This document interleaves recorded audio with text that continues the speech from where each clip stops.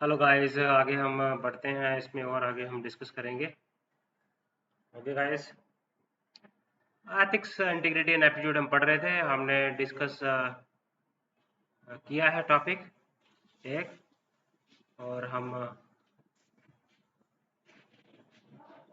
आगे हम टॉपिक को पढ़ेंगे जिसका नाम है probity in governance. Public service क्या होती है, फिलोसॉफिकल बेस क्या है गवर्नेंस का, प्रोबिटी का, ट्रांसपेरेंसी, इंफॉर्मेशन शेयरिंग क्या होती है गवर्नमेंट में, राइट टू इंफॉर्मेशन क्या है, कोड ऑफ एथिक्स क्या है, कोड ऑफ कंडक्ट क्या है, सिटीजन चार्टर क्या है, वर्क कल्चर क्या है, क्वालिटी ऑफ सर्विस डिलीवरी कैसी होनी चाहिए, पब्लिक फंड्स की यूटिलाइजेशन किस तरह से होनी चाहिए, और चैलेंजेस क्या है करप्शन में। तो ये इनके ऊपर आपको केस स्टडीज भी आएंगी, केस स्टडी बेस्ड आपको क्वेश्चंस भी आएंगे। तो अगर आप ethics, integrity and aptitude paper को आप मास्टर कर लेते हो तो आप कम समय में इस सब्जेक्ट को कंप्लीट कर सकते हो और ज़्यादा से ज़्यादा मार्क्स आपको इस सब्जेक्ट में मिलेंगे। कम से कम एफर्ट और ज़्यादा से ज़्यादा मार्क्स आप इस सब्जेक्ट में ले सकते हो, बट आपकी कंसेप्चुअल क्लैरिटी होनी चाहिए हर एक टॉपिक की। आपको इसका एप्लीकेशन पार्ट आना चाहिए, आपको प्रैक्टिस करनी पड़ेगी, आंसर राइटिंग प्रैक्टिस आपको करनी पड़ेगी।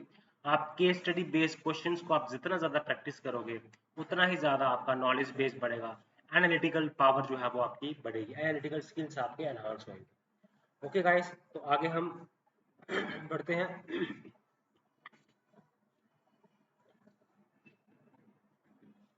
अब प्रॉपर्टी क्या चीज है, प्रॉपर्टी बेसिकली है क्या। तो जब प्रॉपर्टी, जब आप एडहेयर करते हो ना, जब आपके स्टैंडर्ड हाई हो, जब आप इंटीग्रिटी हो, आपके अंदर इंटीग्रिटी है लेकिन उसके स्टैंडर्ड्स आपने हाई किए हुए हैं, आपके अंदर अकाउंटेबिलिटी है लेकिन आपने स्टैंडर्ड्स उसके हाई रखे हैं, आप ट्रांसपेरेंट हो, कितने ट्रांसपेरेंट हो आपने उसमें हाई स्टैंडर्ड रखे हैं। जब आप हाई स्टैंडर्ड आप रखते हो, जब आप उसको मानते हो, एडहेयर करते हो हाई स्टैंडर्ड्स को, किसके, इंटीग्रिटी के, अकाउंटेबिलिटी के और ट्रांसपेरेंसी के, तो हम ये कह सकते हैं कि उसको हम डिफाइन करते हैं प्रोबेबिलिटी। प्रोबेबिलिटी क्या होती है, जैसे मैं आपको एग्जांपल देता हूँ, टी एन शीशांश ने इलेक्टोरल रिफॉर्म्स किए, तो वो इलेक्टोरल रिफॉर्म्स को किसने ड्राइव किया, वो ड्राइव किया उनकी मॉरल वैल्यूज ने, एथिकल वैल्यूज ने, एटीट्यूड ने, इंटीग्रिटी ने और प्रोबिलिटी ने। और पॉलिटिकल प्रेशर को, इंडियाज इलेक्शन को क्लीन करने के लिए उन्होंने इनिशिएटिव्स लिए और पॉलिटिकल प्रेशर को रेसिस्ट किया। रेसिस्ट करना होता है पॉलिटिकल प्रेशर, तो ये हम बोलते हैं, इसको हम बोलते हैं।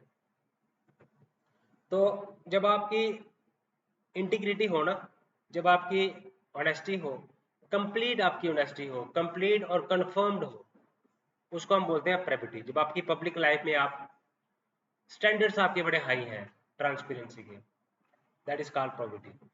तो बेड रॉक है ये एथिकल गवर्नेंस का। हमने एथिकल गवर्नेंस पढ़ी, ओके। और हम जो डिफरेंट जो इंस्टीट्यूशंस होती हैं गवर्नमेंट की, वो क्या करती हैं, वो एक्ट करती हैं पब्लिक के वेलफेयर के लिए, पब्लिक की सफरिंग्स को रिलीव करने के लिए। एम्पैथी आप उसमें आप इनका डाल सकते हो, आपको कंपैशन की वैल्यू आपके अंदर आती है। तो प्रोबेबिलिटी जो है इन सब का जो है वो मिक्सचर है,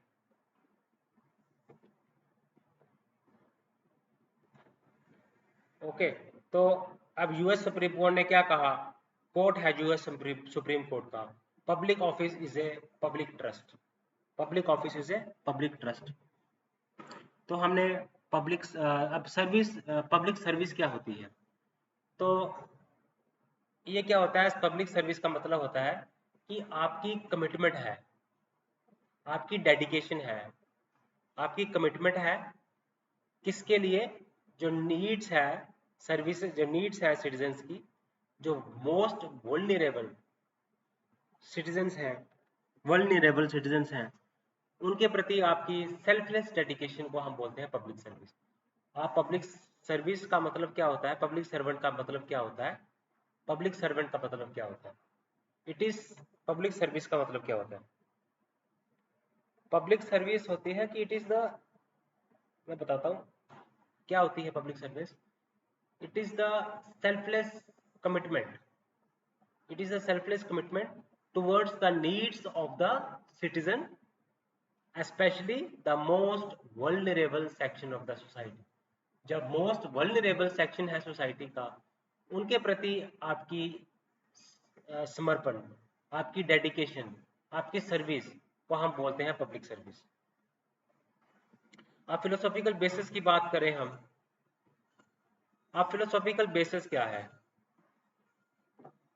देखो, एथिक्स की रेलेवेंस तो हर फील्ड में आपको देखने को मिलेगी।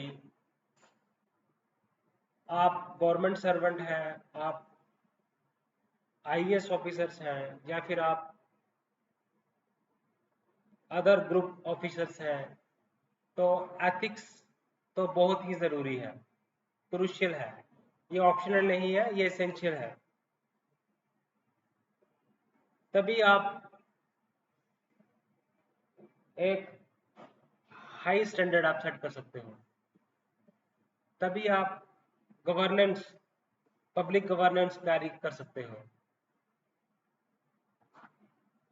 तभी आप पब्लिक वेलफेयर, सोशल जस्टिस आप प्रोवाइड कर सकते हो सोसाइटी को। आप बेसिकली फिलोसॉफिकल बेसिस क्या है गवर्नेंस का और प्रोबेबिलिटी का? फिलोसॉफिकल बेसिस क्या है? क्या है एथिकल? फिलोसॉफिकल बेसिस क्या है गवर्नेंस का और प्रोबेबिलिटी का? हम बात करते हैं, मैंने बड़े सारे फिलोसोफर्स की बात की आपके साथ, Immanuel Kant, Gandhi ji, B R Ambedkar, Confucius, Socrates, Plato. Okay, तो ये फिलोसोफर्स हैं। तो इनका, इन्होंने गवर्नेंस के लिए क्या बोला?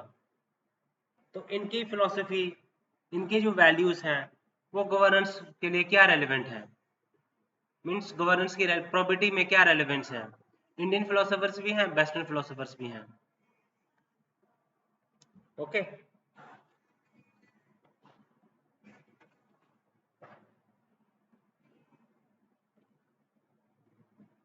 तो हम इसको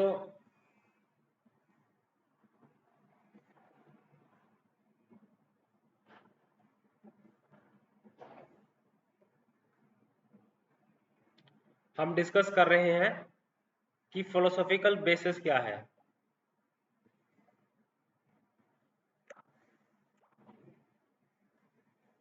ओके, अब इनकी वैल्यूज क्या हैं, क्या वैल्यूज थी? हमने टॉपिक पढ़ा था कि हमने लीडर्स की लाइफ से हमने क्या सीखा, रिफॉर्मर्स की लाइफ से क्या लेसन्स हमने लिए, क्या वैल्यूज उनके अंदर थी। जैसे हम महात्मा गांधी की बात करें, तो इनके अंदर ट्रुथ की वैल्यू थी, नॉन वायलेंस की वैल्यू थी, सेल्फ स्टीम की वैल्यू थी। तो ये चीजें जो हैं गवर्नेंस में हेल्प करेगी कि नहीं करेगी? बताइए मेरे को, करेगी कि नहीं करेगी? करेगी, गवर्नेंस में 100% हेल्प करेगी ये वैल्यूज। ओके, उसके बाद बी आर अम्बेडकर। अब बी आर अम्बेडकर ने बात की सोशल जस्टिस की, नॉन डिस्क्रिमिनेशन की बात की, इक्वालिटी की बात की। तो क्यों ये वैल्यूज आपको गवर्नेंस में ये हेल्प करेगी? सिग्निफिकेंस, अब इनकी वैल्यूज एक सिग्निफिकेंट है किसके लिए जो हम पढ़ रहे हैं? बी आर अम्बेडकर, इनके वैल्यूज थी, ये इक्वालिटी पे विश्वास करते थे, सोशल जस्टिस पे ये बिलीव करते थे। तो इनकी सिग्निफिकेंस है इनकी वैल्यूज की कॉर्पोरेट गवर्नेंस के लिए और प्रॉपर्टी के लिए भी। उसके बाद नेल्सन मंडेला, नेल्सन मंडेला ने क्या किया, वो माफ करने में के पक्ष में थे, रिकॉन्सिलिएशन के पक्ष में थे, फॉरगिवनेस बिलीव करते थे नेल्सन मंडेला। तो रिकॉन्सिलिएशन करना, फॉरगिवनेस करना, तो ये क्या है बेसिकली, ये गवर्नेंस के ये बेडरॉक है। लाल बहादुर शास्त्री, सिंप्लिसिटी, इंटीग्रिटी की एग्जांपल थी। इंटीग्रिटी एक वैल्यू है प्रोबेबिलिटी के लिए, और ये मैंने बताया आपको कि आपका हायर स्टैंडर्ड होना चाहिए इंटीग्रिटी का, अकाउंटेबिलिटी का, ट्रांसपेरेंसी का। आपकी जो नीड्स है पब्लिक लाइफ की, उसको फुलफिल करने में हेल्प करेगी कि नहीं करेगी, पब्लिक गवर्नेंस में हेल्प करेगा कि नहीं करेगा, पब्लिक के लिए वेलफेयर करेगा, उनके लिए सोशल जस्टिस को प्रोवाइड करने में सक्षम है, सफिशिएंट है ना। उसके बाद लाल बहादुर शास्त्री सिंप्लिसिटी की बात करते हैं। श्री सदरन मेट्रो मैन, ये इंटीग्रिटी की एक प्रतिमा है, प्रोफेशनलिज्म की एपिटोमी है, ठीक है। तो ये ह्यूमन वैल्यूज हैं, हमने पर्सनालिटी की बात की। अभी हमने एक और बार और हमने इनको पढ़ा था, अब देखते हैं कहाँ पे पढ़ा था हमने। हमने इमोशनल इंटेलिजेंस को पढ़ा है ना। हमने जो इंडियन मॉरल थिंकर्स हैं, फिलोसोफर्स हैं जितने भी, तो कौन कौन से इंडियन थिंकर्स, महात्मा गांधी, इनकी आइडियाज वही थे, ट्रूथ, नॉन वायलेंस, गवर्नेंस में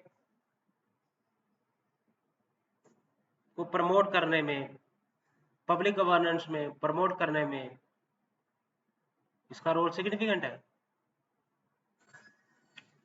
ओके, तो एथिकल कंट्रीब्यूशन, अब एथिक्स में क्या कंट्रीब्यूशन रही इनकी, इन्होंने एथिक्स को कैसे प्रमोट किया, एथिक्स को कैसे स्ट्रेंथन किया।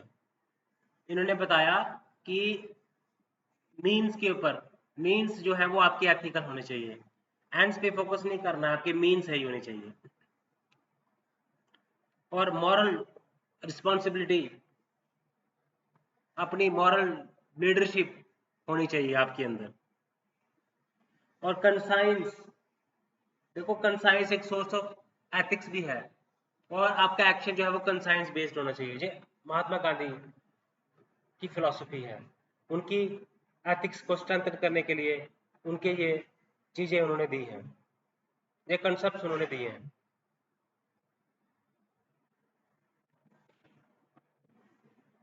अब स्वामी विवेकानंद की बात करते हैं। ये बात करते थे कि हमने सोशल जस्टिस करना है, जैसे बी आर अम्बेडकर गरीबों की बात करते थे, ये भी कहते थे कि हमने सर्विस करनी है, ह्यूमैनिटी की सर्विस करनी है, मैनकाइंड की सर्विस करनी है ना। वो तभी हो पाएगी जब आप अंदर से स्ट्रांग होंगे, इनर स्ट्रेंथ होएगा, जब अपने आप को समझोगे, सेल्फ रियलाइजेशन करनी है, ठीक है। तो इन्होंने भी एथिकल को स्ट्रेंथन करने में कंट्रीब्यूट किया। अब बुद्धा जी हैं, बुद्धा किस क्या बात करते थे, बुद्धा बात करते थे मिडिल पाथ, इनका आइडिया था, इनका आइडिया था एम्पैथी शो करनी है, हमारे अंदर कंपैशन होना चाहिए और डिटैचमेंट होनी चाहिए वर्ल्डली अफेयर से, हमें मटीरियलिस्टिक से दूर भागना चाहिए, हमें मेडिटेशन करनी चाहिए, हमें स्पिरिचुअल होना चाहिए। तो इनका आइडिया था मिडिल पाथ को अडॉप्ट करना चाहिए, ठीक है। तो आपको अपने पर्सनल गेन से को आपने नहीं देखना है, आपने अपनी ड्यूटी है उसको फुलफिल करना है, बुद्धा। और उसके बाद चाणक्य है, चाणक्य के आइडियाज क्या थे, उनके थे प्रोफेशनलिज्म, आइडियलिज्म की बात करते थे, एथिक्स की बात करते थे गवर्नेंस में। तो इनसे बड़ी एग्जाम्पल और क्या हो सकती है, चाणक्य की से बड़ी एग्जाम्पल और क्या हो सकती है। तो एथिक्स, इन्होंने राजधर्म को कैसे पालन करना है उसके बारे में बोला, गवर्नेंस में एथिक्स कि क्या यूटिलिटी है उसको बताया इन्होंने। यूटिलिटेरियनिज्म, आप यूटिलिटेरियनिज्म को इन्होंने कहा कि इसको अडॉप्ट करना चाहिए स्टेट की स्टेबिलिटी के। स्टेट की स्टेबिलिटी तब आएगी जब आप यूटिलिटेरियनिज्म को अडॉप्ट करेंगे। तो बी आर अम्बेडकर के भी आइडियाज मैंने बताए हैं। अब वेस्टर्न थिंकर्स की बात करें, इमानुअल कांट। इमानुअल कांट की बात करें तो इन्होंने डियोंटोलॉजिकल एथिक्स, इन्होंने इनकी फिलॉसफी थी, इनके कोर आइडियाज थे। इनके कोर आइडियाज में सबसे आगे क्या था? डियोंटोलॉजिकल एथिक्स मीन्स हमारा ड्यूटी जो है वो सेंटर होनी चाहिए, कॉन्सिक्वेंसेस हमारा सेकेंडरी है। तो ये इमानुअल कांट ने कहा।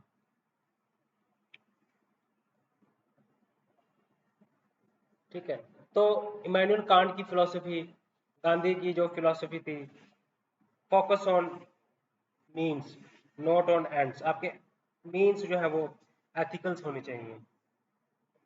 ठीक है, इन्होंने भी यही कहा कि ड्यूटी आपकी सेंटर होनी चाहिए, काम आपका सेंटर नहीं होना चाहिए, कॉन्सिक्वेंसेस सेकेंडरी है, बाकी सब चीजें सेकेंडरी है। जेरेमी बेंथाम की बात करें, इमानुअल कांट जैसे यूटिलिटेरियनिज्म दिया था इसने, टोटेलियन ने, वैसे ही जेरेमी बाथम ने यूटिलिटेरियनिज्म का बात किया। इन्होंने कहा ज्यादा अच्छा करना चाहिए ज्यादा लोगों का, गुड करना चाहिए ज्यादा लोगों का।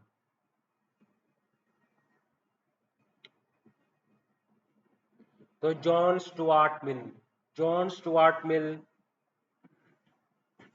ये भी मॉडिफाइड यूटिलिटेरियनिज्म की बात करते हैं। इनकी फिलोसफी मॉडिफाइड यूटिलिटेरियनिज्म है।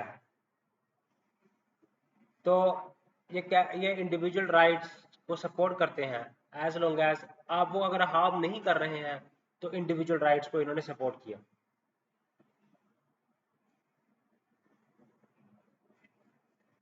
John Stuart Mill, Immanuel Kant, Jeremy Bentham, utilitarianism, John Stuart Mill, modified utilitarianism. आपने क्वालिटी पे बात करनी है, क्वांटिटी पे बात नहीं करनी है, ये इन्होंने कहा जॉन स्टुआर्ट मिल ने। जेरेमी बेंथम, सोक्रेटी की बात करें तो knowledge is virtue, virtue is equal to knowledge, virtue is equal to knowledge. तो सेल्फ एग्जामिनेशन के ऊपर इन्होंने स्ट्रेस किया सोक्रेटी ने। कॉन्फ्यूशियस की बात करें तो इन्होंने, जैसे गांधी जी ने मॉरल लीडरशिप की बात की, इन्होंने भी मॉरल लीडरशिप की बात की। कॉन्फ्यूशियस फिलोसफी क्या थी? हार्मनी की बात करते हैं, हार्मनी होनी चाहिए आपस में। कॉन्फ्यूशियस मॉरल लीडरशिप होनी चाहिए, कॉन्फ्यूशियस ने कहा। सोक्रेटी ने कहा ethics is equal to virtue, virtue is equal to knowledge. John Stuart Mill है, जेरेमी बेंथम है। ठीक है, तो ये थिंकर्स हैं।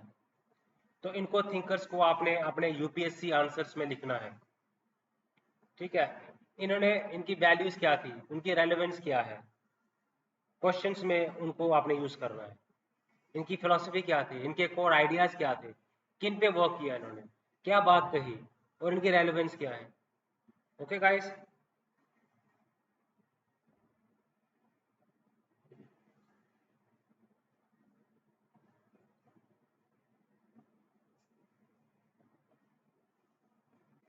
तो फिलोसफिकल बेसिस की बात अगर हम करें तो फिलोसफी हमने डिस्कस की, मॉडर्न इंडियन थिंकर्स की भी और वेस्टर्न थिंकर्स की भी।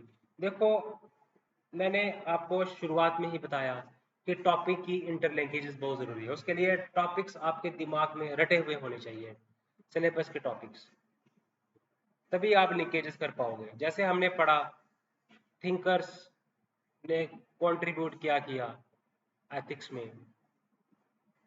है ना। तो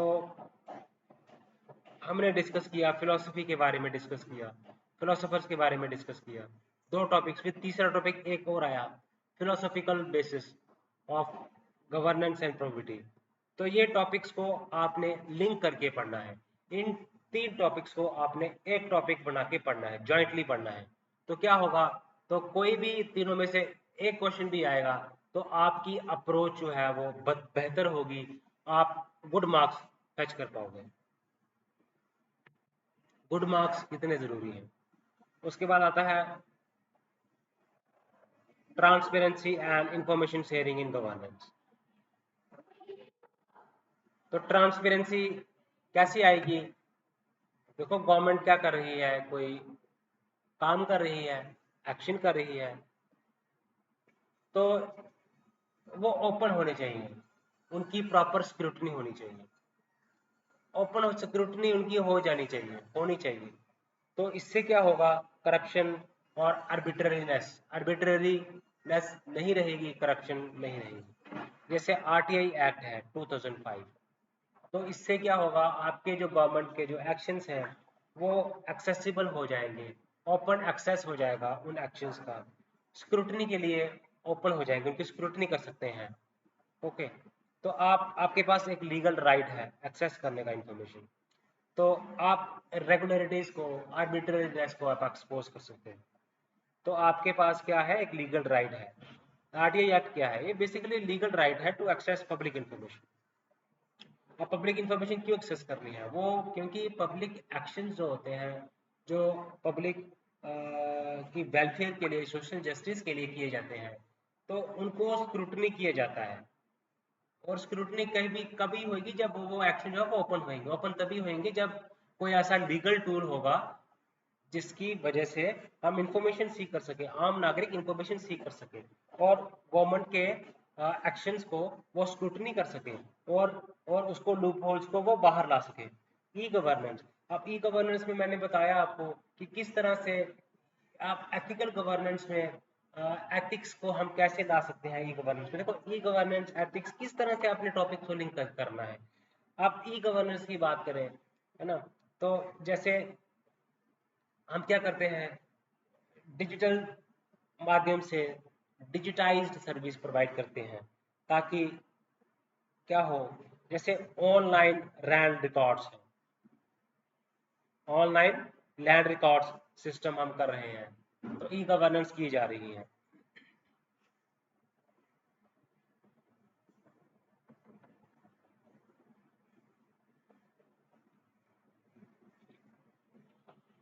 तो ट्रांसपेरेंसी की बात करें, इंफॉर्मेशन शेयरिंग की बात करें गवर्नमेंट में, तो आरटीआई एक्ट से क्या कर सकते हैं, हम स्क्रूटनी कर सकते हैं भाई, लीगल हमारे पास राइट है एक्सेस पब्लिक इंफॉर्मेशन।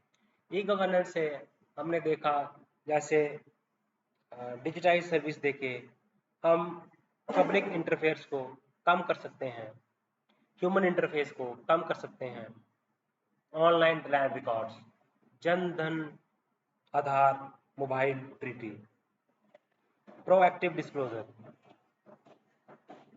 तो पब्लिक जो गवर्नमेंट एक्सपेंडिचर है उसको ऑनलाइन करते हैं, suo motu motu sharing of data, suo motu sharing of data. तो अब क्या हुआ, आरटीआई ने क्वेश्चन किया कि कंपनसेशन देने में म्युनिसिपल राइट्स, मणिपुर राइट्स के जो विक्टिम्स थे उनको कंपनसेशन दी गई, लेट दी गई। तो ये आरटीआई से पता चला, ये कारण थे, transparency and information sharing in common. तो ये हम कर सकते हैं, इंफॉर्मेशन शेयरिंग कर सकते हैं, ट्रांसफॉर्मेशन कर सकते हैं, इसमें आरटीआई एक्ट आता है, ई गवर्नेंस आता है, प्रोएक्टिव डिस्क्लोजर आता है। ओके, तो कोड ऑफ एथिक्स और कोड ऑफ कंडक्ट की बात करें, इनमें डिफरेंस क्या है वो हम डिस्कस करेंगे।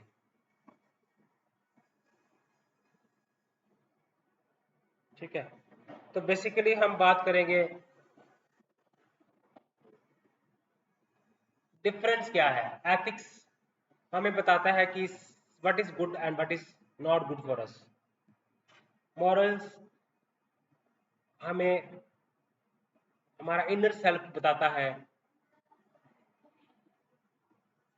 ये इंडिविजुअल लेवल की बात हम करते हैं इसमें, उसको हम बोलते हैं मॉरल्स को। जब हम सोसाइटी के पॉइंट ऑफ व्यू से हम गुड और बैड की बात करते हैं, उसको हम बोलते हैं एथिक्स। तो कोड ऑफ एथिक्स क्या है, कोड ऑफ कंडक्ट क्या है? तो कोड ऑफ एथिक्स क्या है? बेसिकली ये प्रिंसिपल्स हैं, हमें एथिक्स बनाने में हेल्प करते हैं। और कोड ऑफ कंडक्ट क्या है? बेसिकली आपका कंडक्ट कैसा होना चाहिए, बिहेवियर कैसे होने चाहिए, आपके एक्शन कैसे होने चाहिए। तो उसके लिए स्पेसिफिक रूल्स हैं, उसके लिए क्या है, स्पेसिफिक रूल्स है, कोड ऑफ कंडक्ट है।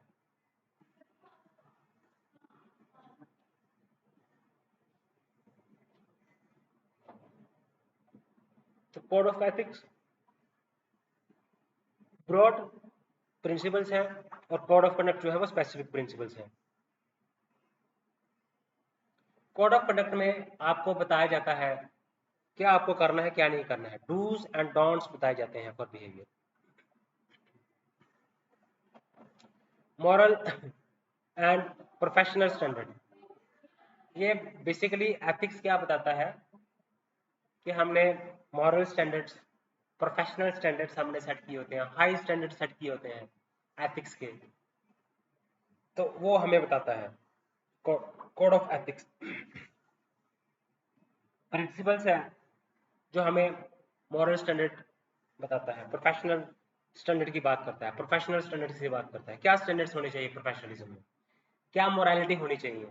तो वो हमें पता चलता है कोड ऑफ कंडक्ट से, एथिक्स से। और कोड ऑफ कंडक्ट से हमें पता चलता है कि हमें क्या करना चाहिए, क्या नहीं करना चाहिए बिहेवियर में। एग्जाम्पल, हमें ऑनेस्ट रहना है, फेयर रहना है, ट्रांसपेरेंट रहना है, प्रोबिटी रहना है, एटीट्यूड पॉजिटिव रखना है, इमोशनल इंटेलिजेंस रहना है। ओके, मोरालिटी होनी चाहिए। तो सेकंड जो एआरसी रिपोर्ट है वो रिकमेंड करता है code of ethics and conduct.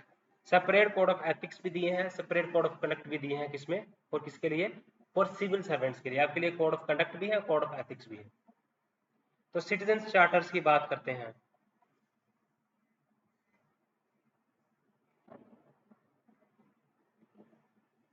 तो बड़ी सारी चीजें मैंने आपको बता दी हैं, टॉपिक्स को हमने डिटेल में डिस्कस कर रहे हैं, हमने एग्जाम्पल्स भी मैंने आपको बताई हैं। तो इन एग्जाम्पल्स को आप एग्जाम में यूज करोगे। इसके अलावा आप सेल्फ स्टडी जब करोगे तो उसमें भी आपको एग्जाम्पल्स आपको सर्च करनी है, आपको केस स्टडीज सर्च करनी है और उन केस स्टडीज को आपने कोड करना है। अपने टॉपिक्स की कंसेप्चुअल क्लैरिटी होनी चाहिए, टॉपिक्स को लिंकेजेस करना आपको आना चाहिए, एक टॉपिक को दूसरे टॉपिक के साथ कैसे लिंक करते हैं, क्वेश्चन की डिमांड को समझना चाहिए और क्वेश्चन को आंसर करना चाहिए demand of the question. Answer ऐसा नहीं होना चाहिए आप कुछ लिख रहे हैं आंसर कुछ और होना चाहिए, क्वेश्चन कुछ और है आप आंसर कुछ और लिख रहे हैं। तो आपको पहले थीम्स आइडेंटिफाई करने हैं, क्वेश्चंस के अंदर थीम्स क्या दिए हैं, ब्रॉड थीम्स। उन थीम्स में पूछा क्या है, क्या इम्पैक्ट पूछा है या क्या काजेस पूछे हैं, फीचर्स पूछे हैं, सिग्निफिकेंस पूछा है, काज एंड इफेक्ट पूछा है, एग्जांपल्स पूछे हैं, क्रिटिसिज्म पूछा है, क्रिटिकली इवैल्यूएट पूछा है। तो इन चीजों को डिस्क्राइब पूछा है, डिस्क्रिप्शन पूछी है। तो इन चीजों को आपने समझना है, आपके अंदर क्लैरिटी होनी चाहिए कि क्वेश्चन क्या पूछा है और मेरे को क्या आंसर करना है। आपने जैसे 10 नंबर का क्वेश्चन आता है उसके लिए आपको 10 आपको करीब 7 मिनट मिलते हैं। तो 30 सेकंड आपको देने चाहिए आपको आंसर्स को फ्रेम करने में। आपने माइंड में आंसर्स को फ्रेम करना है, रफ आंसर फ्रेम करना है, उसके ब्रॉड लाइन आपकी फ्रेम करनी है। उसके बाद 6 से 7 मिनट आपको मिलेंगे आंसर्स को, जो फ्रेम आपने बनाया है 60 सेकंड में, उस फ्रेम के अकॉर्डिंगली आप आंसर को लिखोगे तो आपका आंसर एक कंप्लीट आंसर माना जाएगा। और जो 15 मार्कर का क्वेश्चन होगा उसमें आपने 30 सेकंड से 1 मिनट आपको लगेगा, आपको आंसर को स्ट्रक्चर करना है, आपको आंसर को फ्रेम करना है। स्ट्रक्चर को फ्रेम करने के बाद आपने ब्रॉडली आपने बताना है कि इसमें क्या क्या क्या क्या मैं ऐड करूंगा। और उसके बाद फिर आपने आपके पास 10 मिनट होंगे और 10 मिनट में आपने उस स्ट्रक्चर को रिप्रोड्यूस करना है, अपने थॉट्स को, अपने आइडियाज को, अपने जो माइंड के अंदर जो आपने नॉलेज गैदर की है उसको आपने रिप्रोड्यूस करना है आंसर्स में। हैंड राइटिंग आपकी नीट एंड क्लीन होनी चाहिए, क्वेश्चंस आपका कंप्लीट होना चाहिए। 3 चीजें उसमें आपने कवर करनी है। आपने इंट्रोड्यूस करना है, पहले इंट्रोडक्शन देनी है, उसके बाद फिर आपने मेन बॉडी में फोकस करना है। मेन बॉडी एड्रेस किया आपने, उसके बाद फिर आपने कंक्लूजन देना है, आपने वे फॉरवर्ड देना है कि हम इसके आगे हम क्या कर सकते हैं और हम क्या एडिशन इसमें कर सकते हैं। तो ये चीजें मैंने आपको बताई। अब हम बात करते हैं सिटीजन चार्टर की, आते हैं टॉपिक के ऊपर, टॉपिक सब्जेक्ट के टॉपिक के ऊपर। तो वो उस टॉपिक का नाम है सिटीजन चार्टर। अब सिटीजन चार्टर क्या है, मैं आपको एग्जांपल देता हूँ। आप आप पासपोर्ट सेवा केंद्र, आप पासपोर्ट बनाने के लिए जाते हैं, पासपोर्ट सेवा केंद्र में जाते हैं कि नहीं जाते हैं? तो वहां पे जाते हैं, तो पासपोर्ट सेवा केंद्र में जब आप जाओगे तो वहां पे आपको क्या होगा, सिटीजन चार्टर वहां पे आपको मिलेगा। तो सिटीजन चार्टर में आपको क्या होगा कि आपको पासपोर्ट डिलीवरी होगी विद इन 30 डेज, ठीक है। तो और ये क्या करता है, कोशिश करता है सिटीजन्स की एक्सपेक्टेशंस को मीट आउट करने के लिए। आपने जो डिक्लेयर किया है, पब्लिकली डिक्लेयर किया है, आपने अपने स्टैंडर्ड्स डिक्लेयर किए हैं, एथिकल स्टैंडर्ड्स डिक्लेयर किए हैं, आपने वर्क स्टैंडर्ड्स डिक्लेयर किए हैं, आपने जो सर्विस देनी है, जो प्रोडक्ट देना है, प्रोडक्ट के स्टैंडर्ड्स आपने डिक्लेयर किए हैं ना पब्लिक के सामने। आपने टाइमलाइन भी डिटेल आपने दी हुई है कि हमने इतने टाइम में आपको प्रोडक्ट प्रोवाइड कर देंगे, इतने टाइम में आपकी सर्विस डिलीवरी हो जाएगी। और आपने ग्रीवियंस रिड्रेसल मैकेनिज्म भी आपने पब्लिक को बताया है, और आपने पब्लिक आप एक ग्रीवियंस रिड्रेसल मैकेनिज्म आपके सिस्टम में है। तो इसी को तो हम बोलते हैं सिटीजन चार्टर। अब सिटीजन चार्टर में अगर आप देखोगे पासपोर्ट सेवा के अंदर, तो वो सिटीजन चार्टर वो आपको जब आप उसको पढ़ोगे तो उसमें लिखा रहेगा कि क्या टाइमलाइन रहेगी, क्या स्टैंडर्ड्स हैं सर्विस के, और ग्रीवियंस रिड्रेसल मैकेनिज्म भी उसमें डिटेल में दिया रखा होएगा। तो आप क्या आप सर्विस ले सकते हो, पासपोर्ट आप ले सकते हो पासपोर्ट सेवा केंद्र से। तो उसी जो सिटीजन चार्टर का जो ब्रॉडर फ्रेमवर्क सेटअप किया हुआ है, उसी को फॉलो करके आपको पासपोर्ट उस सर्विस प्रोवाइड की जाएगी, ताकि आपको आपको डिले ना हो पासपोर्ट सेवा में, सर्विस में आपको जो है टाइमली आपको सर्विस मिल जाए। तो ये है सिटीजन चार्टर। तो आपने प्रॉबिटी को देखा हमने, प्रॉबिटी स्टैंडर्ड्स है, आपने हाई स्टैंडर्ड सेटअप किए हैं ट्रांसपेरेंसी का, अकाउंटेबिलिटी का,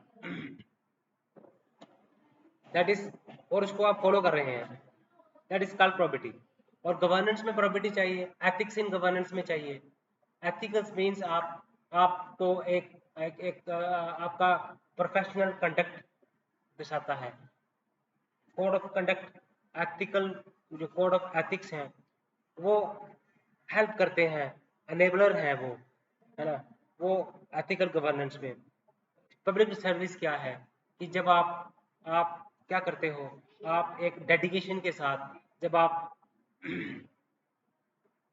लोगों की एक्सपेक्टेशन को मीट आउट करते हो, स्पेशली कौन, स्पेशली द वल्नरेबल सेक्शन, उसको हम बोलते हैं क्या, उसको हम बोलते हैं, क्या बोलते हैं, पब्लिक सर्विस। वो हमने पढ़ा, हमने लॉस के बारे में पढ़ा। हमने देखो लॉस क्या है, लॉस क्या होता है, ब्रॉडर लॉस। जैसे कॉन्स्टिट्यूशन क्या है, कॉन्स्टिट्यूशन क्या है, बुक ऑफ लॉ है, और उसके अंदर आपको रूल्स मिलेंगे, लॉस के अंदर आपको रूल्स मिलेंगे, और रूल्स के कॉम्बिनेशन को हम बोलते हैं लॉस। और रेगुलेशंस, जहाँ पे रूल्स मिलेंगे और रूल्स के अंदर आपको बड़ी सारी रेगुलेशंस मिलेंगी, तो रेगुलेशंस के बड़े सारे को जब हम कंबाइन करते हैं तो रूल्स बन जाते हैं। कंसाइंस आपका इनर सेल्फ, आपका इनर क्या बता रहा है आपके बारे में कि आप आपके सही क्या है, गलत क्या है, what is good and what is not good for you, तो दैट इज कंसाइंस। तो ये एथिक्स में हमें सोर्स है, एथिकल होने में हमें ये हेल्प करता है। प्रॉपर्टी हमने पढ़ा, राइट टू इंफॉर्मेशन अभी हम पढ़ेंगे। अभी हमने कोड ऑफ एथिक्स पढ़ा, कोड ऑफ कंडक्ट पढ़ा, हमने सिटीजन्स चार्टर पढ़ा, इंफॉर्मेशन शेयरिंग और ट्रांसपेरेंसी कैसे हमने कर रही है, ये हमें इंफॉर्मेशन शेयरिंग ट्रांसपेरेंसी गवर्नमेंट कैसे आएगी, ये आएगी राइट टू इन्फॉर्मेशन से, जो हमने पढ़ा। फिलोसॉफिकल बेसिस क्या है गवर्नेंस का, प्रॉपर्टी का, वो हमने पढ़ा। अब code of ethics, code of conduct भी हमने पढ़ा। एक ब्रॉडर है और एक स्पेसिफिक रूल्स है। तो सिटीजन्स चार्टर भी हमने डिस्कस किया। आगे हमारे बचे हैं टॉपिक वर्क कल्चर क्या है, पॉलिटिक क्या होनी चाहिए, पब्लिक फंड्स को यूटिलाइज करना कैसे करना है, और चैलेंजेस ऑफ करप्शन हमने पढ़ना है। उसके बाद हम बात करते हैं पब्लिक वर्क कल्चर की। और देखो कैसे आपने रिलेट करना आना चाहिए टॉपिक्स को। देखो आप जो सब्जेक्ट्स के जो सिलेबस के जो थीम्स है ना, उनको भी आप अपने आंसर्स में इस्तेमाल कर सकते हो। जैसे एथिकल गवर्नेंस अब वर्क कल्चर क्या है, हमने एथिकल गवर्नेंस पढ़ा, हमने प्रॉपर्टी इन एथिकल गवर्नेंस पढ़ा, हमने ई गवर्नेंस पढ़ा। तो आप इनको इंटीग्रेट कर सकते हो, ये भी तो वर्क कल्चर का ही तो पार्ट है। तो एथिकल गवर्नेंस कैसे आएगी, ई गवर्नेंस कैसे आएगी, प्रॉपर्टी इन गवर्नेंस कैसे आएगी, जब एक प्रॉपर वर्क कल्चर होगा। तो किसका कैसा कल्चर चाहिए, हमें कल्चर चाहिए, हमें वर्क कल्चर कैसे हमें इंश्योर करना है कि एक अच्छा वर्क कल्चर है, एक अच्छा वर्क कल्चर है, एक बेटर वर्क कल्चर है। तो वो होएगा पंचुअलिटी से, टीम वर्क से। आप कोई सर्विस दे रहे हो, आप फीडबैक एक्सेप्ट कर रहे हो कि सर्विस आपकी अच्छी लगी उनको कि बुरी लगी, that is feedback acceptance. Process orientation, तो ये चीजें जब कल्चर में आएगा, वर्क कल्चर में जो होएगा, एक एक एक फेवरेबल वर्क कल्चर होगा, तभी आप एथिकल गवर्नेंस कर सकते हो, तभी आप प्रॉपर्टी इन गवर्नेंस इंश्योर कर सकते हो, ई गवर्नेंस आप इंश्योर कर सकते हो। और वर्क कल्चर में क्या क्या चीजें आती हैं, पंचुअलिटी आती है, उसमें टीम वर्क आता है, उसमें फीडबैक मैकेनिज्म होता है। तो ये चीजें सारी वर्क कल्चर में आएगी। तो तो जो मोहल्ला क्लिनिक्स दिल्ली में जो सक्सेस रहा था, मोहल्ला क्लिनिक्स का दिल्ली में, वो किसकी वजह से हुआ, वो एम्पैथेटिक वर्क कल्चर की वजह से हुआ। वो वर्क कल्चर में एम्पैथी होनी चाहिए, वर्क कल्चर में कंपैशन दिखना चाहिए, वर्क कल्चर में प्रोबेटी दिखनी चाहिए। तो वो कैसे सक्सेसफुल हुआ, वो सक्सेसफुल हुआ मोहल्ला क्लिनिक जब दिल्ली में आए उसकी वजह से हुआ।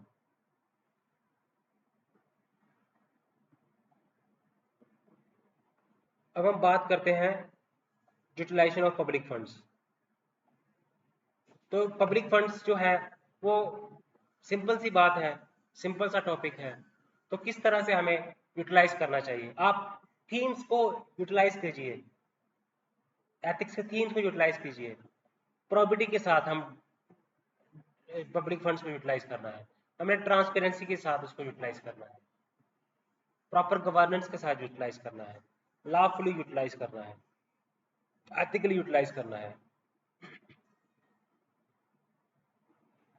अगर आप फंड्स का अच्छे से इस्तेमाल करना जान गए हो, तो आप टैक्स पेयर्स के लिए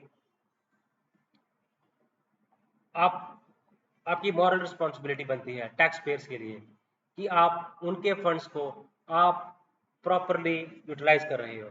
जब आप टैक्स पेयर्स का मनी वेस्ट कर रहे हो, मिसयूज कर रहे हो, करप्शन में लग रहा है पैसा, तो वो क्या हो गया, वो एक किस्म का आप एक बिट्रेल कर रहे हो, आप धोखा कर रहे हो, एक मॉरल बिट्रेल है। That is moral betrayal of tax payers money. आप टैक्स पेयर्स का मनी को आप आप आप वेस्ट कर रहे हो, आप बर्बाद कर रहे हो।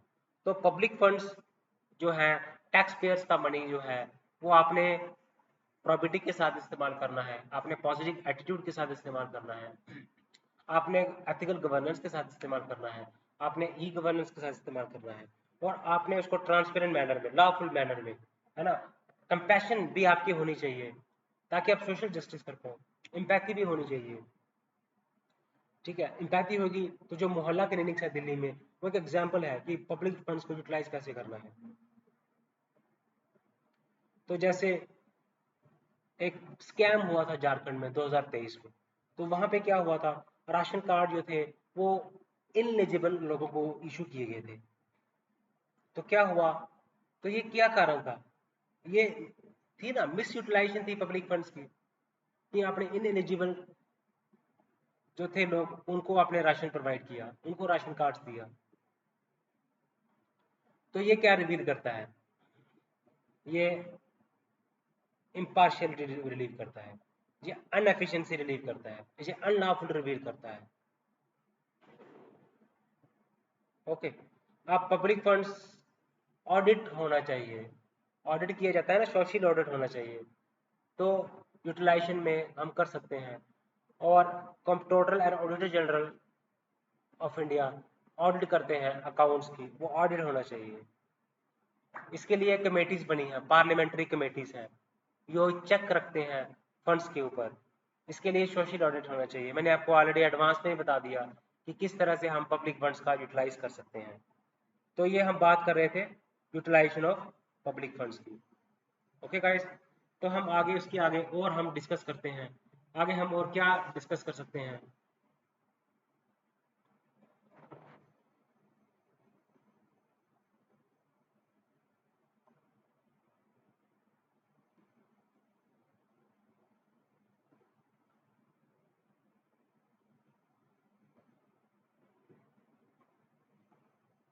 हमने वर्क कल्चर देख लिया, हमने क्वालिटी ऑफ सर्विस डिलीवरी देख ली, क्या क्या चीजें होनी चाहिए वर्क कल्चर में। ट्रांसपेरेंसी तो होनी चाहिए ना, पंक्चुअलिटी होनी चाहिए, और क्या होना चाहिए? प्रॉपर्टी होनी चाहिए, गवर्नेंस होना चाहिए। ओके, पब्लिक फंड्स को सही तरीके से इस्तेमाल करना आना चाहिए, वेस्टेज नहीं होनी चाहिए टैक्स पेयर्स की मनी की। इसके लिए सोशल ऑडिट करना चाहिए, सिटीजन्स के द्वारा ऑडिट करते हैं, सिटीजन्स ऑडिट करते हैं अकाउंट्स का। Controller and auditor general of India audit करता है अकाउंट्स का, पता लगाते हैं यूटिलाइजेशन हुआ है फंड्स का सही तरीके से कि नहीं सही तरीके से हुआ है, एफिशिएंट वे में utilisation, whether the funds are utilised in efficient manner और नॉट। हम वर्क कल्चर, हम इसकी वर्क कल्चर की बात, हम सिटीजन चार्टर्स की बात करें। हम सिटीजन चार्टर बेसिकली ये क्या होता है कि डिस्प्ले होता है, ये आपने अनाउंसमेंट की होती है पब्लिक में कि आपका सर्विस स्टैंडर्ड क्या रहेगा, डिलीवरी शेड्यूल क्या रहेगा, टाइमिंग कितनी लगेगी सर्विस डिलीवरी में, ये आप डिटेल में उनको बताते हो। उसमें ग्रीवियंस रिड्रेसल मैकेनिज्म भी आपने उसमें मेंशन किया होता है। तो इससे आप क्या करते हो, इससे कस्टमर की जो एक्सपेक्टेशन है, सिटीजन की एक्सपेक्टेशन है, वो मीट आउट कर सकते हो, आप उसकी सेटिस्फेक्शन को बूस्ट कर सकते हो। आप उनके आप उनको उनको एक ट्रस्ट जो होता है गवर्नमेंट और सिटीजन के बीच, वो आप बिल्डअप कर सकते हो। ओके, आप उनके सर्विस रिड्रेसल कर सकते हो उनके ग्रीवियंसेस को। तो ये कैसे होगा? जब सिटीजन चार्टर होगा। जब सिटीजन चार्टर एक हमारे लिए क्या है, एक गाइडलाइन है। सिटीजन चार्टर हमारे लिए एक आईना है, जो कि जो गवर्नमेंट है उसको, गवर्नमेंट सर्वेंट है, पब्लिक सर्वेंट है, उसको एक गाइडलाइन देता है, सोर्स है कि किस तरह से उसने सर्विस डिलीवरी करनी है लोगों के बीच में। आपने बात करी, अब हम चैलेंजेस ऑफ करप्शन की बात करते हैं। आपने एथिक्स को कितने ब्यूटीफुल तरीके से मैंने पेपर, कितना सब्जेक्ट, इजी सब्जेक्ट है ये एथिक्स इंटीग्रिटी, ये बेसिक सब्जेक्ट है। इसमें आपको ज़्यादा मेहनत करने की भी ज़रूरत नहीं पड़ेगी, ज़्यादा एफर्ट भी नहीं लगाएगा, इजी सब्जेक्ट है। कंसेप्चुअल क्लैरिटी होनी चाहिए, डिटेल्ड एनालिसिस आपको आना चाहिए टॉपिक्स का करना, आपको इसका एप्लीकेशन आपको आनी चाहिए, आपके पास कंटेंट होना चाहिए, क्वालिटी कंटेंट होना चाहिए। क्वालिटी कंटेंट जब आप एग्जाम में लिखोगे तो अच्छे नंबर मिल जाएंगे आपको। इसमें डिफरेंट टॉपिक्स को लिंकेज करना आपको आना चाहिए। आपको वर्क कल्चर के बारे में पता होना चाहिए। आपको प्रॉपर्टी को कैसे आप अपने पब्लिक एडमिनिस्ट्रेशन में डिपिक्ट कर सकते हो, कैसे आप इन कॉन्सेप्ट्स को आप यूटिलाइज कर सकते हो। केस स्टडी बेस्ड जब क्वेश्चंस आते हैं तो उसमें भी आप इन क्वेश्चंस को यूज कर सकते हो। और आपको वास्ट नॉलेज होगी, डिटेल जब स्टडी होगी एक टॉपिक की, एक माइन्यूट आपको सिमिलरिटी भी पता होगी, डिसिमिलरिटी भी पता होगी। जो डिफरेंट टॉपिक्स हैं, कुछ टॉपिक्स आपको सिमिलर मिलेंगे लेकिन उसमें आपको डिसिमिलरिटीज भी देखनी है, आपने लिंकेजेस करना है। तो ये टॉपिक्स की जब आपको माइन्यूट जानकारी होगी तो आपकी स्टडी आप चुटकियों में सॉल्व कर सकोगे, आपको अच्छे मार्क्स, गुड मार्क्स आपको मिल जाएंगे, फुल मार्क्स आपको मिल जाएंगे। तो हम आते हैं वापस, हम सब्जेक्ट्स के ऊपर हम बात करते हैं, चैलेंजेस ऑफ करप्शन की बात करते हैं।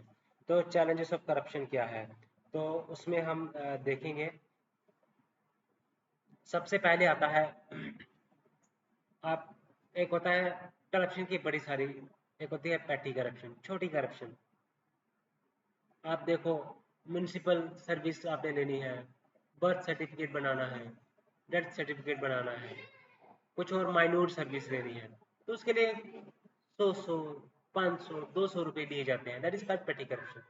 उसके बाद होती है ग्रैंड करप्शन, जहाँ पे माइनिंग सेक्टर्स में आपको देखने को मिलती है करप्शन, आपको हेल्थ सेक्टर में, डिफेंस सेक्टर में जब स्कैम्स आपको निकलते हैं, टेलीकॉम सेक्टर में स्कैम्स निकल के बाहर आते हैं, वो ग्रैंड करप्शन होती है, वो लार्ज स्केल करप्शन होती है, मैसिव करप्शन होती है।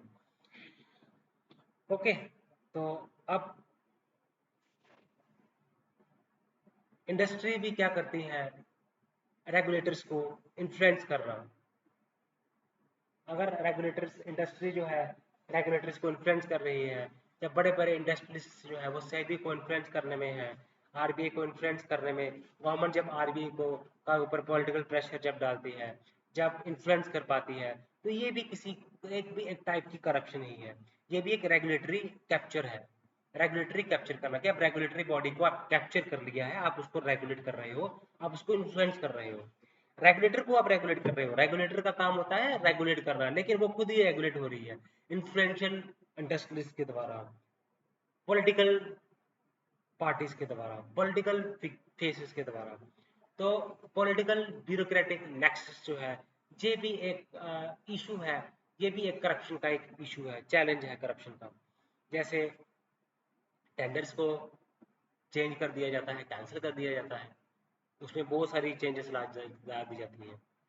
ट्रांसफर पोस्टिंग में नेक्सस होता है, ब्यूरोक्रेटिक का पॉलिटिकल नेक्सस होता है, तो ये चीज़ें आपने देखनी होती हैं।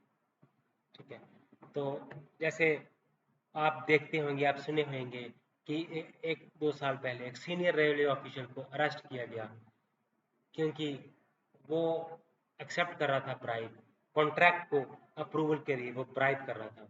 तो वो क्या कर रहा था, पब्लिक ट्रस्ट को वो ब्रेक करने की कोशिश कर रहा था। रेलवे ऑफिशियल्स को अरेस्ट किया गया क्योंकि वो कॉन्ट्रैक्ट को अप्रूवल करने के लिए वो करप्शन डिमांड कर रहा था। तो ये भी एक जो है पॉलिटिकल ब्यूरोक्रेटिक नेक्सस भी एक चैलेंज है करप्शन का। ये पेटी करप्शन, ग्रैंड करप्शन चैलेंज है करप्शन के। रेगुलेटरी करप्शन, ये भी रेगुलेटरी कैप्चर, ये भी चैलेंजेस है करप्शन के। ओके,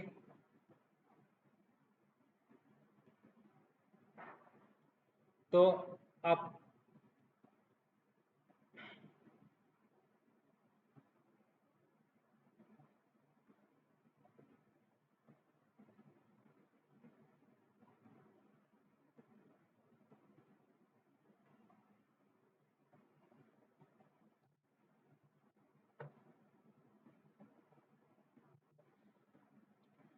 उसके बाद जैसे टूल्स क्या है प्रोबिटी को प्रमोट करने के, प्रोबिटी कैसे आ सकती है, हायर स्टैंडर्ड सेटअप किया है, इसके लिए आरटीआई एक्ट है, सिटीजन्स चार्टर एक्ट है, ई गवर्नेंस है, एसेट डिस्क्लोजर है, विसल ब्लोअर प्रोटेक्शन एक्ट है।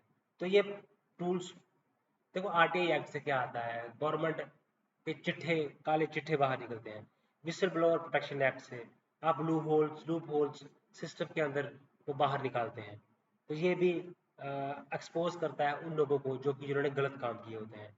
आरटीआई एक्ट क्या करता है, सिस्टम में ट्रांसपेरेंसी लाने की कोशिश करता है। लोकपाल है, लोकायुक्तास है, तो ये भी करप्शन के केसेस को इन्वेस्टिगेशन करते हैं।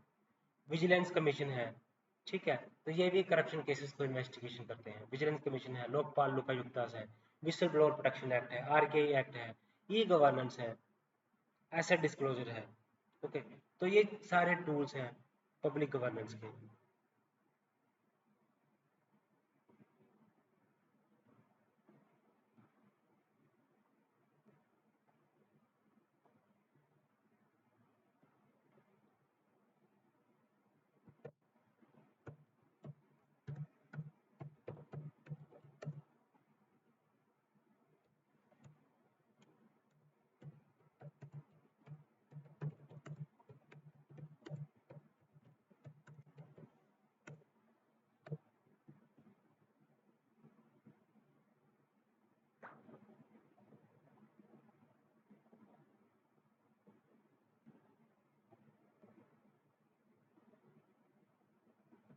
तो आपने इन देखो किस तरह से आपने मॉडल आंसर्स लिखने हैं केस स्टडीज को लिखने के लिए।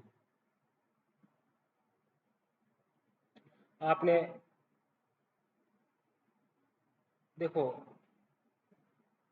एडमिनिस्ट्रेटिव डायलेमास हैं, है ना। एडमिनिस्ट्रेटिव डायलेमास आपके आएंगे, विसिल करप्शन विसिल ब्लोइंग आएगी आपके सामने। और अगर आप एक्सपोज करोगे तो आपको पॉलिटिकल बैकलैश देखने को मिलेगा। करप्शन एंड विसिल ब्लोइंग, आपने सच्चाई का साथ देना है या आपने पर्सनल सेफ्टी को देखना है। आप अनोनिमस डिस्क्लोजर भी कर सकते हो, है ना। तो एडमिनिस्ट्रेटिव डायलेमास हैं, करप्शन एंड विसिल ब्लोइंग है, इमोशनल इंटेलिजेंस को आपने करना है। एक हॉस्पिटल स्टाफ के ऊपर ग्रीविंग फैमिली टूट के पड़ जाती है, तो आपने अपने आप को रिएक्ट करना है, आपने रिएक्ट करना है, आपने इमोशनली रिएक्ट नहीं करना है, आपने उनकी पेन को एक्नॉलेज करना है, आपने स्टाफ की सेफ्टी को भी इंश्योर करना है, आपने मीडिएट करना है। आपके अंदर सोशल स्किल्स होंगे, एम्पैथी एम्पर होते होगी, सेल्फ रेगुलेशन आपके अंदर होना चाहिए।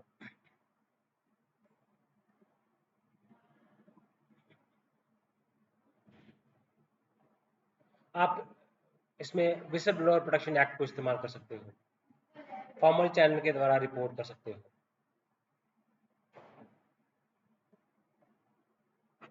एथिकल मीन्स जो है एथिकल एंड्स के साथ अलाइन करने चाहिए। एक्शन क्या होगा, आप उसको पोलाइटली रिफ्यूज कर दोगे, आप रूल्स के बारे में बताओ, आप अपने सुपीरियर को बताओ इफ नीडेड, आप उसको पोलाइटली रिफ्यूज कर दो, आप रूल्स का साइटिंग दो कि नहीं रूल्स कहता है कि हमें मेरिट पे सिलेक्शन करने हैं, आप प्रेशर को आप रेसिस्ट करो, आप कॉन्सिक्वेंसेस। कांट ने क्या कहा कि ड्यूटी जो है, इसमें आप इमैनुअल कांट की एग्जांपल दे सकते हो कि आपने मेरिट पे रिक्रूटमेंट की, आपने पॉलिटिकल प्रेशर को रेसिस्ट किया, इस पे आप इमैनुअल कांट को आप कोट कर सकते हो कि इमैनुअल कांट ने कहा कि ड्यूटी सब ऊपर ही है, कॉन्सिक्वेंसेस पर ऊपर ही नहीं है। ड्यूटी जो है वो ओवरराइड करता है कॉन्सिक्वेंसेस को। तो करप्शन एडमिनिस्ट्रेटिव डायलेमास है, करप्शन एंड विसल ब्लोइंग है, इमोशनल इंटेलिजेंस है, सोशल जस्टिस सिक्योरिटी है। अब क्या हुआ कि आपने फंड्स देने थे हेल्थ स्कीम में, एक बड़ा ही रिमोट विलेज जो है वो छूट गया, वो रह गया, रिमोट था वो विलेज, वो कनेक्टिविटी नहीं थी, तो आपको वहां पे हेल्थ सर्विसेज आपने नहीं दी, वहां पे नहीं, वहां तक नहीं पहुंच पाए। डिलेमा क्या है, आप देखोगे कि उनको इंक्लूड करना है या आपने फिजिबिलिटी स्टडी करनी है, आपने एफिशिएंसी देखनी है या इक्विटी देखनी है, आपने सबको इक्वली हेल्प करनी है या आपने एफिशिएंसी देखनी है, क्योंकि वहाँ पे रिसोर्सेस हो सकता है वहाँ पे ज़्यादा लग जाएं, ज़्यादा यूटिलाइज हो जाए रिसोर्सेज का।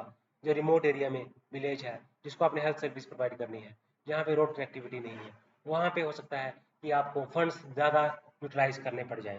तो लेकिन आपने ये देखना है कि आपने फिजिबिलिटी देखनी है, आपने इंक्लूजन देखना है, आपने एफिशिएंसी देखनी है, आपने इक्विटी देखनी है।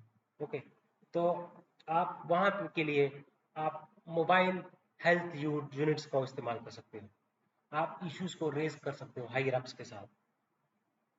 आपने इंश्योर करना है कि कोई ग्रुप जो है वो नहीं छूटना चाहिए, हर किसी को आपने इक्वली हेल्प प्रोवाइड करनी है। आप अपने सीनियर के साथ भी कंसल्ट कर सकते हो इसके बारे में और कोई सोल्यूशन निकाल सकते हो। आप मोबाइल बैन का इस्तेमाल कर सकते हो, मोबाइल बैन के जरिए आप उनको सर्विस प्रोवाइड कर सकते हो।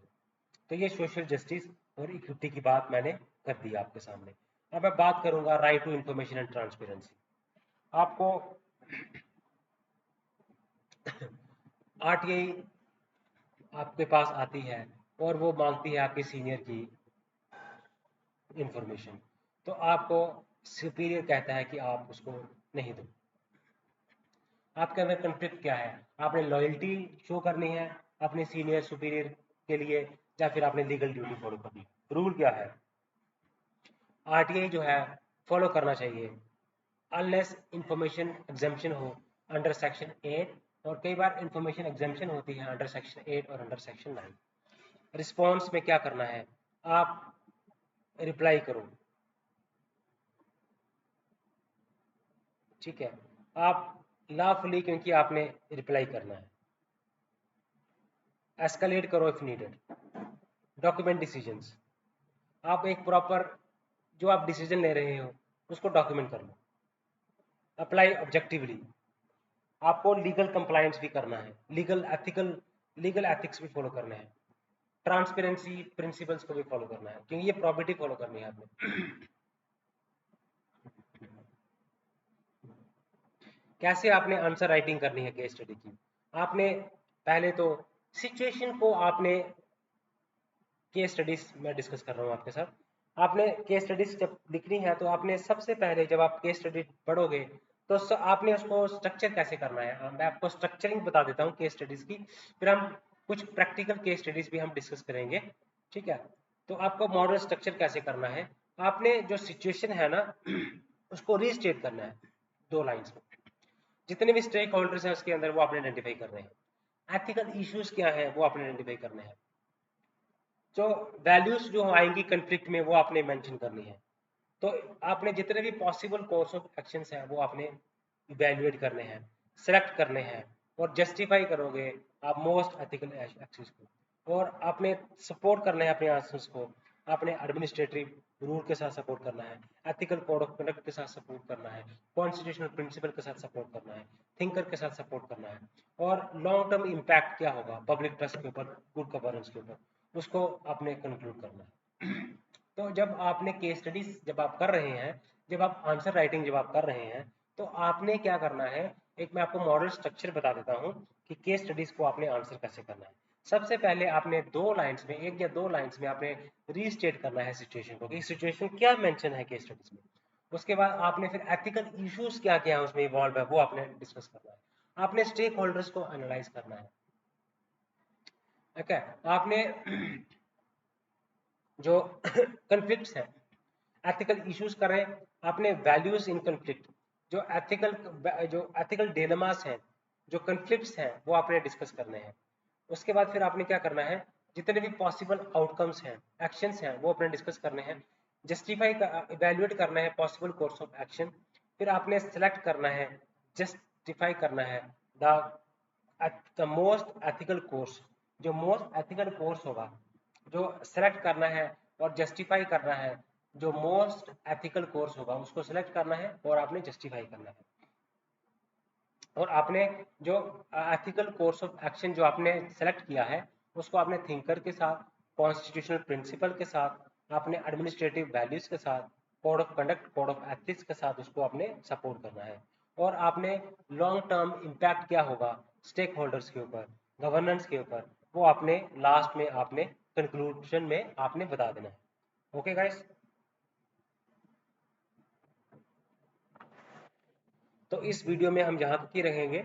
अभी हम आगे वीडियो में हमने प्रैक्टिस करेंगे केस स्टडीज़ की।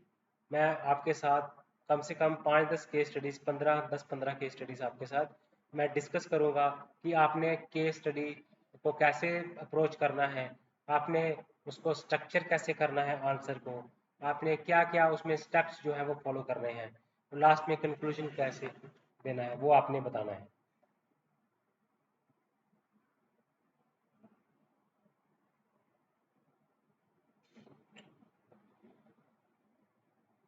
ओके, तो हमने क्या क्या डिस्कस किया आज, जरा उसको देख लेते हैं। हमने पब्लिक सर्विस रूल्स वैल्यूज को डिस्कस किया, हमने स्टेटस ऑफ एथिक्स को पढ़ा, हमने प्रॉब्लम्स, एथिकल प्रॉब्लम्स के बारे में डिस्कस किया, हमने डायलेमास कंसर्न्स हमने गवर्नमेंट में पढ़े, यही आपने केस स्टडीज में कोट करने हैं। आपने रास रूल्स रेगुलेशंस किस तरह से हमने एथिक्स को गाइड करते हैं, अकाउंटेबिलिटी, सेल्फ एथिकल गवर्नेंस, किस तरह से हमने स्ट्रेंथन करना है गवर्नेंस में, एथिक्स को, मॉरल्स को।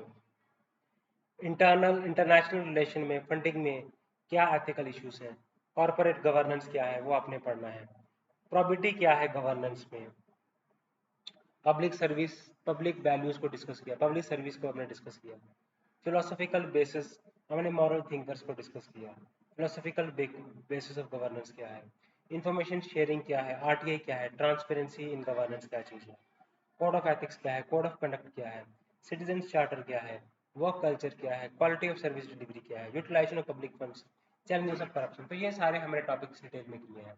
तो इस वीडियो के साथ मैं अपने एथिक्स जो प्रीवियस पेपर 4 है उसको मैं कंप्लीट करता हूँ। मैंने आपको क्या किया है, मैंने आपको एक ब्रीफ ओवरव्यू दे दिया है सभी एथिक्स के टॉपिक का। हाँ, मैं अब आने वाली वीडियोस में एक एक टॉपिक के ऊपर डिटेल वीडियो भी बनाऊंगा ताकि आपको किसी भी लेवल का आंसर आ जाए, आप उसको करने में सक्सेसफुल हो जाए, आंसर करने में सक्सेसफुल हो जाए। केस स्टडीज किस भी लेवल की आ जाए, आप उस केस स्टडी को भी सक्सेसफुली आप उसको डिकोड कर सकें। ओके गाइस, तो इसी वीडियो के साथ मैं एथिक्स, इंटीग्रिटी एंड गवर्नेंस को, मैं एथिक्स, इंटीग्रिटी एंड एप्टीट्यूड को मैं फिनिश करता हूँ। ओके गाइस, तो चैनल को लाइक करें, सब्सक्राइब करें और शेयर जरूर करें गाइस। Thanks guys.